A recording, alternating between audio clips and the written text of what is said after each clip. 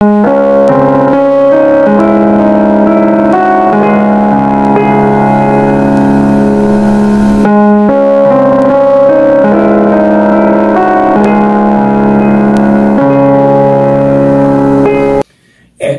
custa lembrá-las do fundamental que é o ato de dar likes aqui no nosso canal, porque aí os algoritmos se movimentam e ativam a apresentação pelo YouTube, como se inscreverem para aumentar a nossa base aqui da comunidade do TVCP, como os comentários de vocês. Os comentários são essenciais, principalmente acrescentando, criticando, melhorando, enriquecendo esta apresentação depois de verem os vídeos, para não falar assim com base apenas na manchete, no título da pauta aqui do programa. É preciso ver muito mais do que a estampa, do que o selo de apresentação. Então comentem, por favor, e ajudem a compartilhar esses vídeos. Compartilhe os vídeos, chame as pessoas para o canal, por gentileza, porque isto nos ajuda muito. Aqui há trabalho, aqui há produção, aqui há pesquisas, aqui há esforço no sentido de colaborar com o debate no país em favor de mudanças profundas que ainda precisam avançar aqui, além das já feitas dos passos dados. Pois bem, foi a falsa facada que o querido jornalista Joaquim de Carvalho denominou fakeada no coração do Brasil. Foi a eleição com base em fake news em 2018, isto depois da preparação do caminho, coisa que batemos aqui e precisamos sempre repetir, porque tudo se integra, e se tudo se integra, em tudo precisamos falar.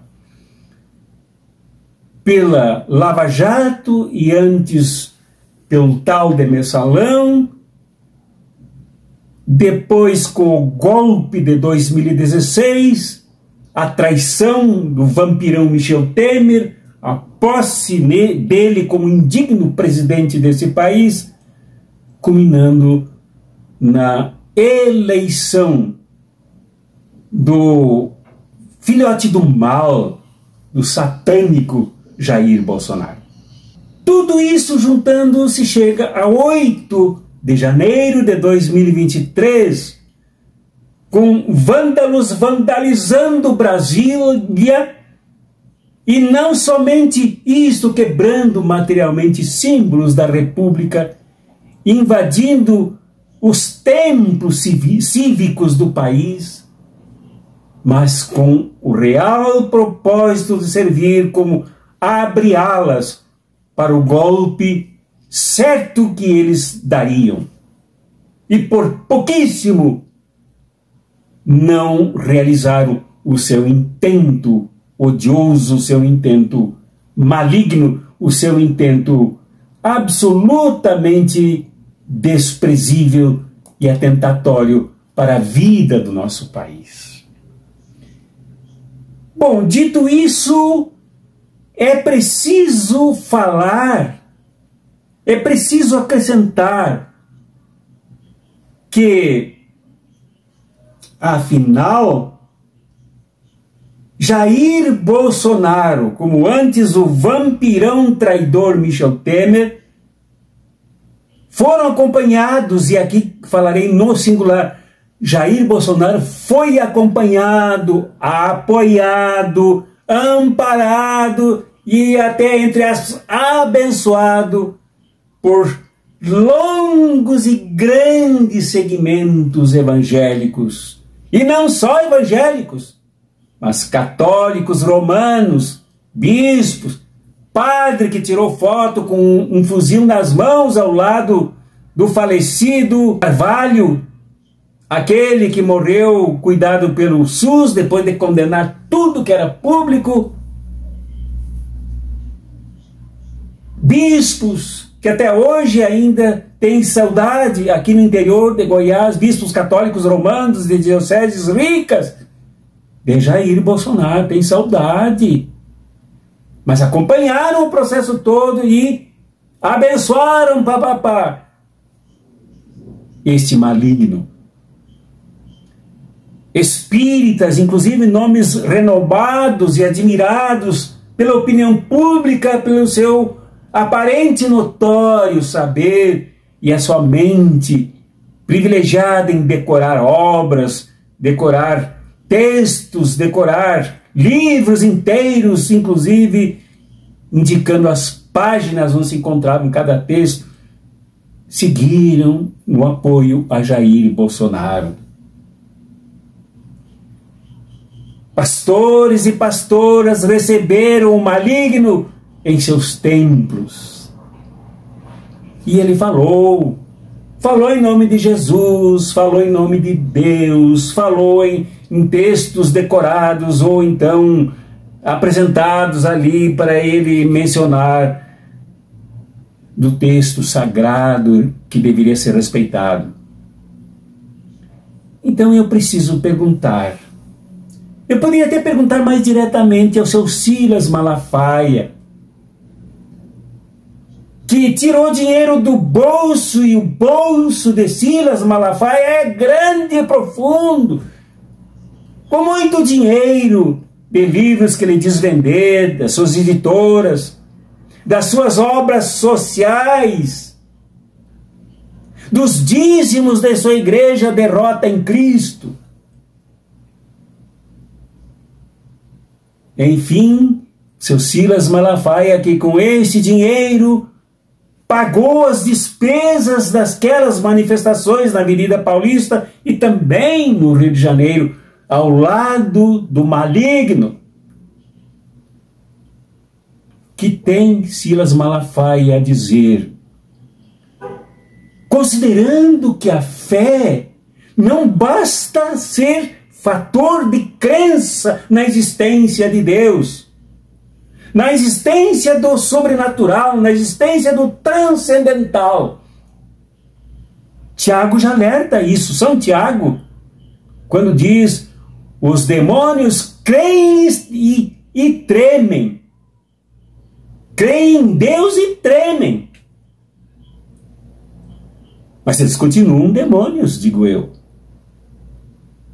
O que tem o seu Silas Malafaia de uma decorrência importante, fundamental da fé, que não se basta apenas com o aceno ou com a experiência profundamente espiritual, sacudidora, que balança, que mexe na língua, que faz dizer coisas que ninguém entende.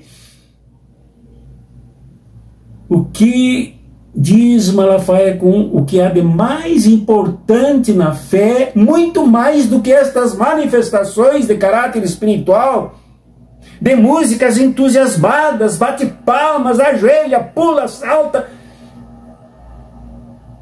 é a ética. Não há fé sem ética. Não há fé que não se alimente dos valores éticos evangélicos.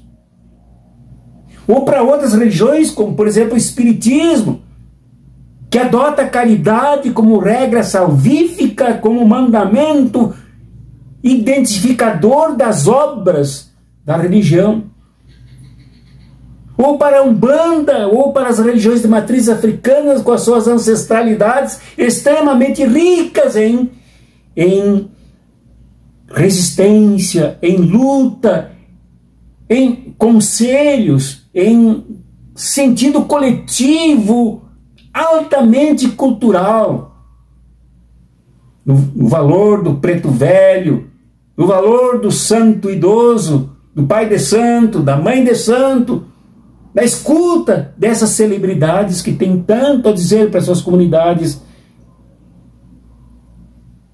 o que tem a fé a dizer para todas as experiências religiosas, como os verdadeiros judeus, os semitas, que são fiéis aos profetas, que são fiéis à Torá, e que não basta apenas crer no Deus que surgiu lá atrás, em quem eles creem, Yahvé, se não fossem a obra dos profetas, se não fossem todo o exercício ético que tem que ser realizado nas vidas das pessoas. E foi aí que esbarrou o judaísmo do grande pecado e não aceitaram o Messias e ainda crucificaram aquele que o era. O que tem a dizer os líderes judaicos, por exemplo, do Clube da Hebraica, que acolheu o Bolsonaro, apoiou o seu governo e amaldiçoou, de certa forma, como dizem, abençoou os crimes que ele praticou.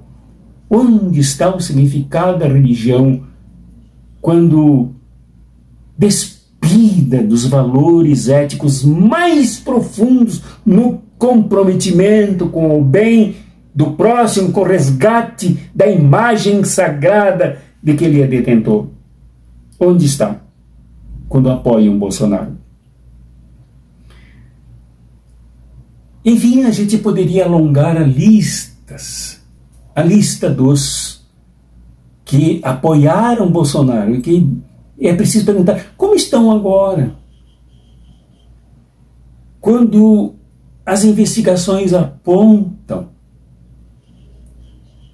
crimes preparados, organizados, que ultrapassam de longe aquele que o solitário tio França cometeria, com a promessa de invadir o Supremo Tribunal Federal e matar Alexandre de Moraes e todos os que estivessem com ele. Um plano que se baseava num outro anterior, que certamente ele conhecia, que agora veio à tona com as investigações. Um plano negado, um plano mascarado, um plano oculto, um plano que incluía a morte do presidente Lula, do vice-presidente Geraldo Alckmin, do ministro Alexandre de Moraes, e ainda suspeitas de que também, na mesma lista, alvo dos crimes de morte, se encontrava o então ministro da Justiça e hoje ministro do Supremo Tribunal Federal, Flávio Dino. Isto é, evangélicos, setores católicos romanos, setores umbandistas, setores espíritas, setores protestantes, igrejas inteiras do campo protestante se moveram, que apoiaram Bolsonaro, e que é preciso perguntar, como estão agora? Quando as investigações apontam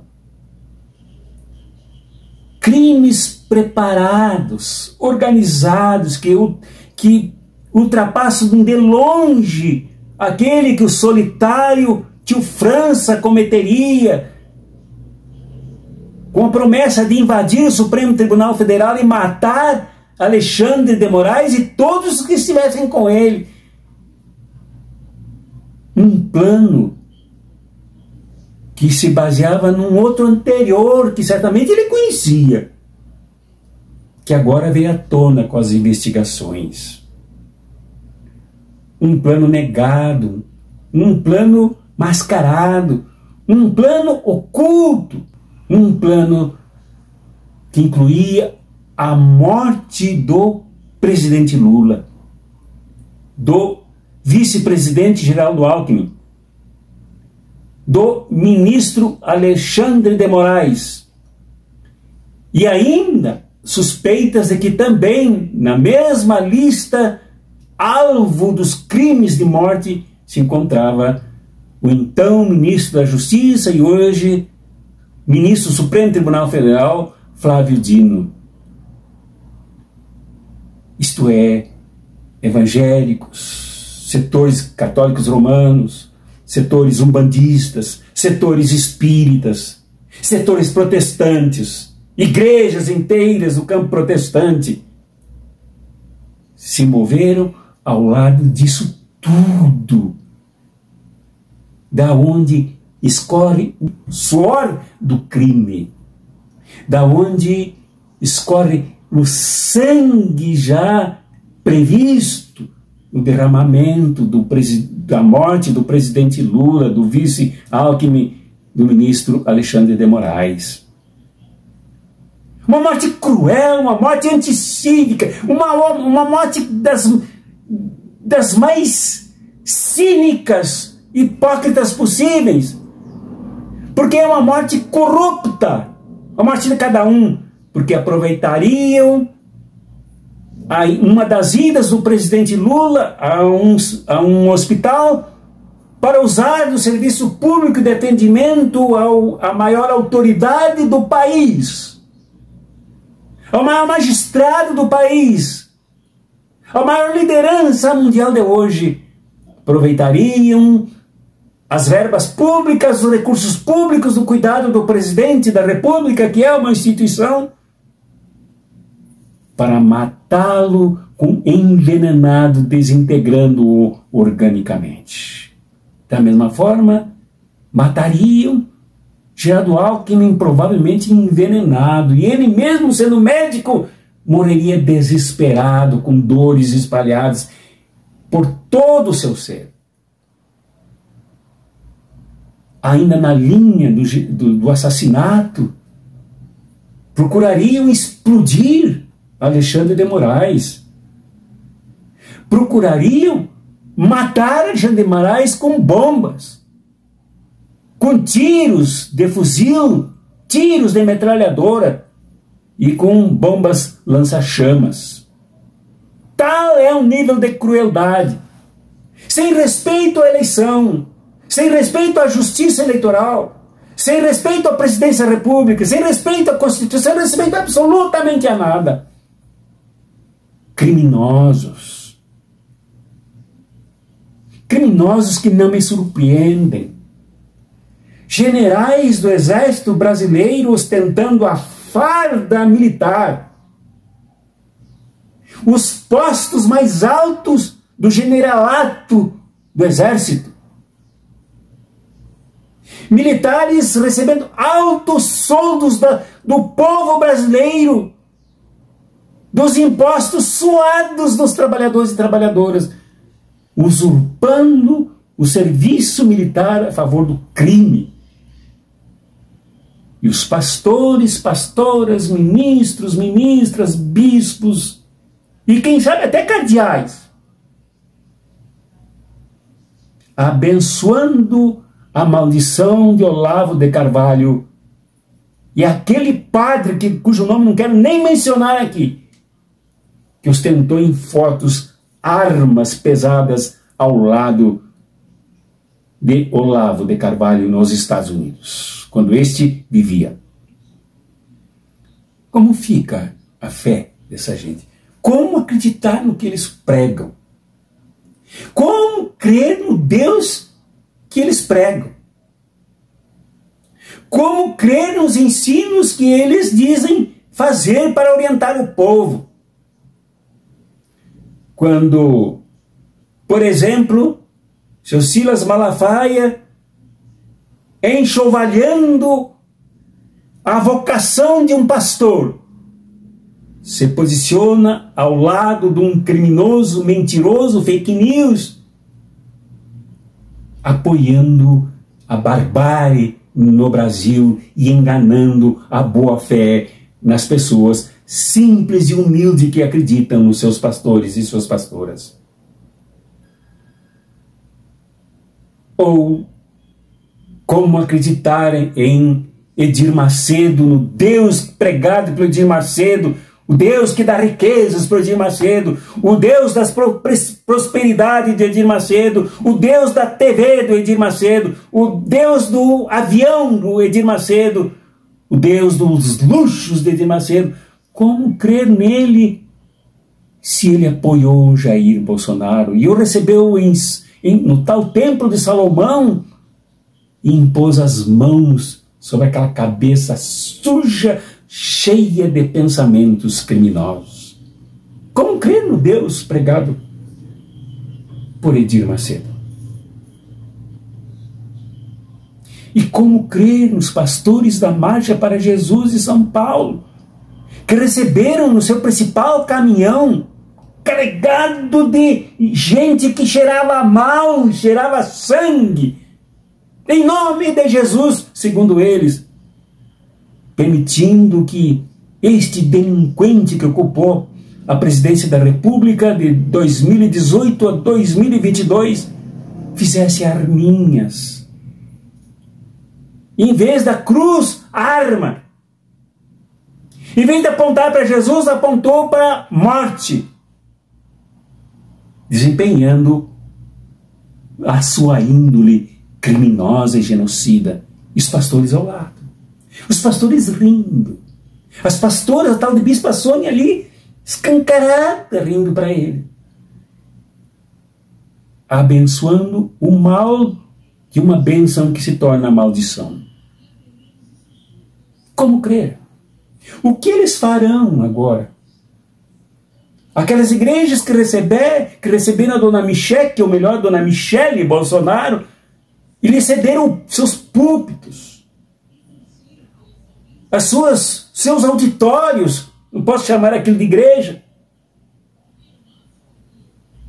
as suas plataformas, os seus palanques, não posso chamar aquilo de altar, para que Michele encenasse choro, para que Michele encenasse testemunho, e até falar em tal de língua estranha.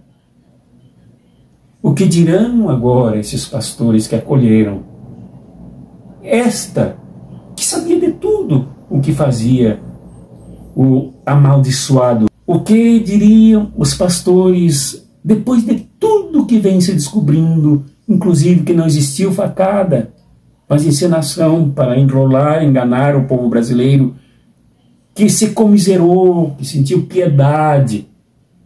Muitos inocentes acreditaram numa facada que não produziu sangue e não rasgou camiseta. O que dirão os pastores, as pastoras, os bispos, as bispas, os bispos católicos romanos? O que dirão agora? Como crer no que pregam? Como crer na hóstia que distribuem em nome do Jesus que se sacrificou? Não há fé, não há fé. Como crer naqueles que pregam tanto a favor da vida, mas principalmente a vida dos que prosperam no capitalismo e que dão fartos dízimos, ao apoiarem aquele que disse, textualmente está em vídeo isso, que era preciso matar 30.000 pessoas, e acrescentou: morrerão alguns inocentes, mas tudo bem, porque para ele a morte dos outros sempre é um bem, e não importa o que lhes aconteça de sofrimento. Então, em toda esta relação da companhia dos pastores e pastoras, bispos e bispas, pais de santo, mães de santo, médios espíritas, que apoiaram isso tudo, como se explicam, além das suas experiências, convicções fanáticas, e o fanatismo é irmão siamês do fascismo. Não há fé sem obras éticas. Não há fé sem amor ao próximo.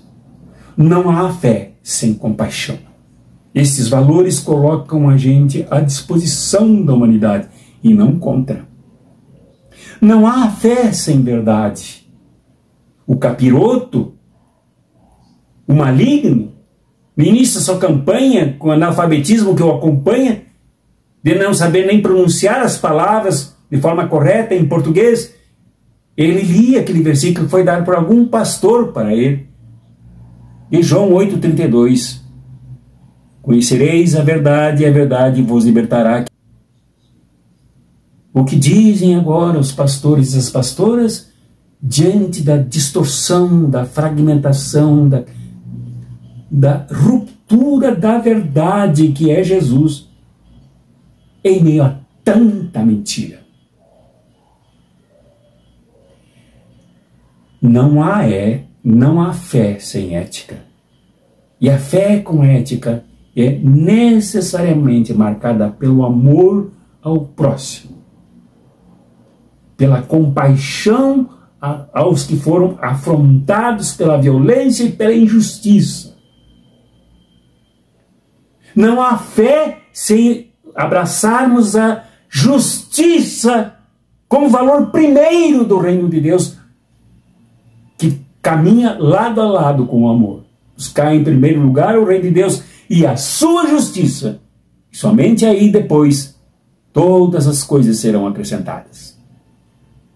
Como se veem agora essas lideranças religiosas depois de tanta injustiça, depois de que explicações da inverdade, para concluir, que explicações darão?